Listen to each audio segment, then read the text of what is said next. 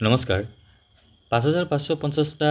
আৰু ৪৫০০টা পোষ্টত যিসকল কেণ্ডিডেট এপ্লাই কৰিছে আপোনালোকে নিশ্চয় কাট অফখিনি চাইছে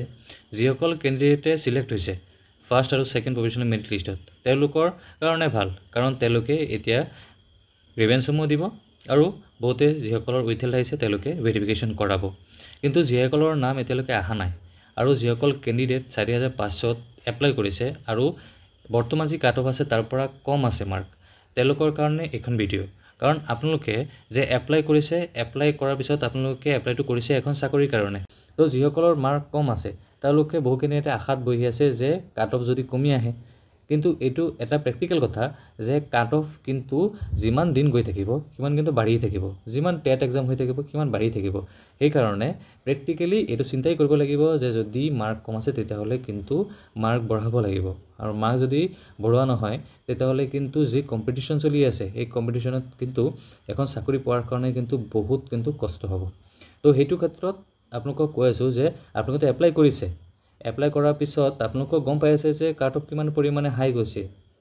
এটো সেকেন্ড প্ৰভিজনেল মেৰিট লিষ্ট হয় ইয়াৰ পিছত যদি ফাইনেল প্ৰভিজনেল মেৰিট লিষ্ট ধৰক নৱেম্বৰ 4 পৰা 10 তাৰিখৰ ভিতৰতো যদি দিয়ে তেতিয়াহলে আপোনালোকে কাট অফ কিনি গম পাব তেতিয়া ৪৫০০ কেণ্ডিডেটৰ কিন্তু ইজিলি ক'ব পাৰিব যে কিমান পৰিমাণে কাট অফ আহিব পাৰে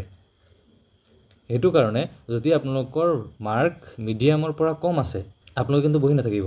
আপোনালোকে ট্ৰাই কৰক টেট দিয়াৰ কাৰণ এতিয়া সিটেট আকু হ'ব সিটেট নেক্সট হ'ব ফেব্ৰুৱাৰী মাহত তো আপোনালোকে সিটেটৰ কাৰণে এপ্লাই কৰিব সিটেটৰ এতিয়ালৈকে এপ্লাই ডেট আহা নাই এপ্লাই ডেট যেতিয়া আহিব তেতিয়া কিন্তু এপ্লাইটো কৰি ৰাখিব আৰু ভালকে পঢ়ি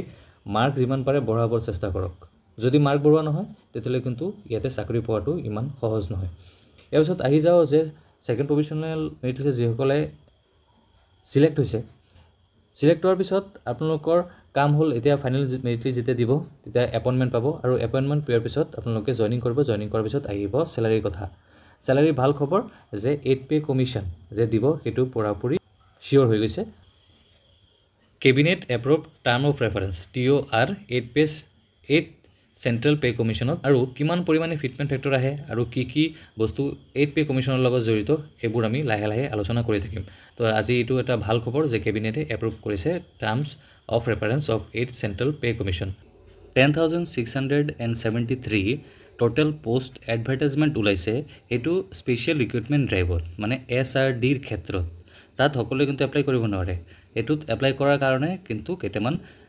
কন্ডিশনছ আছে ফুলফিল কৰিব লাগিব আৰু হেতু LP আৰু UP ৰ ক্ষেত্ৰত হ'ব লোৱাৰ প্ৰাইমাৰী আৰু আপাৰ প্ৰাইমাৰী ক্ষেত্ৰত আৰু স্যালাৰি ক্ষেত্ৰত পে বেন্ড 14000 টু 70000 আৰু ইয়াত আছে grade pay and other allowance কি কন্ডিশন আছে 30 সেপ্টেম্বৰ 2025